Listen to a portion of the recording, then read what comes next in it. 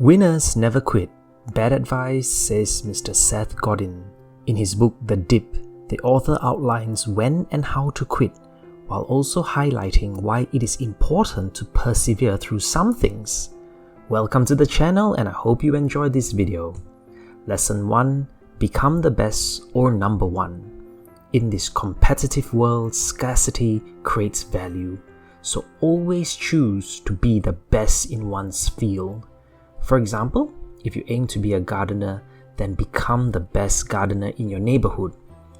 Turn up on time, finish work on schedule, and provide great service.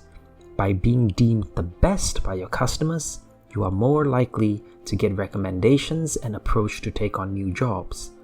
Ultimately, if there are many gardeners around, you want to stand out, because the best generally gets most of the business, leaving the scraps for the rest. Lesson 2. Understand the architecture of quitting. As we strive towards being the best, we can get bogged down by so many things which may detract us from achieving our ultimate goals. Hence, it is important to understand that there are two forms of quitting. The first is reactive quitting and serial quitting. This is the bane of those who strive and fail. This is where the masses fall into. They quit when it gets too painful and stick when they can't be bothered to quit. High achievers, on the other hand, practice strategic quitting. In essence, they set out certain criteria on when to quit prior to commencing any activity or venture. This is critical.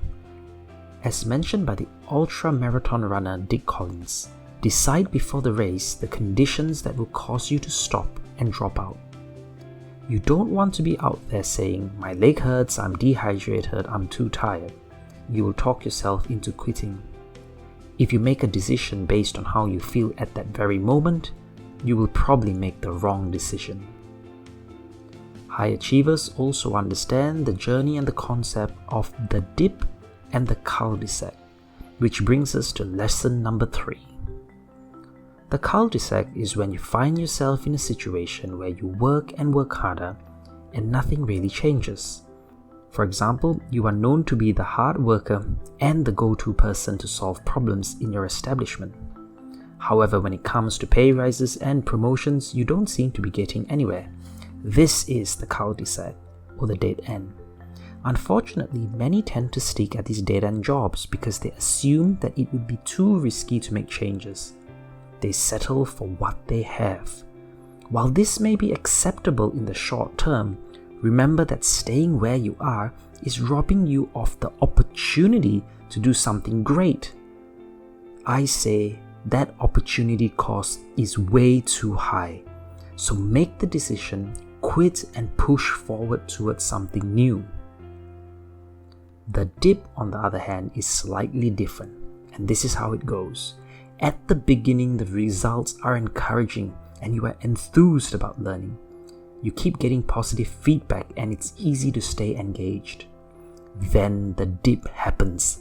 It is the long slog between commencement and mastery. So, how do you determine if the dip is worth pursuing? There are 3 things to think about. The first is what we already know. Refer back to your steps of strategic quitting. Look at your initial plans and criteria on whether or not you should quit. Never quit in a state of frustration. Number 2, identify what you are trying to achieve and who you are trying to influence. For example, if you're trying to create a YouTube channel, but traction is hard to come by, instead of quitting, reassess and rechart the journey. Take a step back, apply new strategies. Remember, even if some viewers don't engage and relate to your content or style, by continuously modifying and improving, you will start to target other viewers in the broader market, potentially gaining the traction and attention that you seek. Last is to determine if you are making measurable progress. For example, if your YouTube channel is gaining more subscribers, watch time, and engagement following the changes that you have made, this is an affirmative, and the small wins are usually signposts that you are moving through the dip and it is worth persevering. Lesson 4. Before you embark on any new venture, you must ensure that your actions are aligned with your goals. For example, a person who aims to become a world-famous surgeon will know that the dip that they have to face is worth persevering through. In the meantime, if a friend approaches them to venture into setting up an online business, they would quit before even starting the new venture. They learn to say no before starting and stick to activities that lead them towards their ultimate goal. So, if you are already involved in any other side ventures, ask yourself this: if I quit this particular venture, will it increase my ability to get through the dip on something more important? Upon reflection, I really enjoyed this book as it reminds us that blind perseverance is not always most productive. In addition, learn to say no before you start something. Last but not least, quitting should never be considered a failure. Instead, it is a matured and calculated step towards achieving your best potential. So go ahead and quit, but just quit wisely. With that, thank you for watching, and if you found value, please consider subscribing to the channel to help it grow. Until the next time, stay well and we will speak again soon. Bye for now.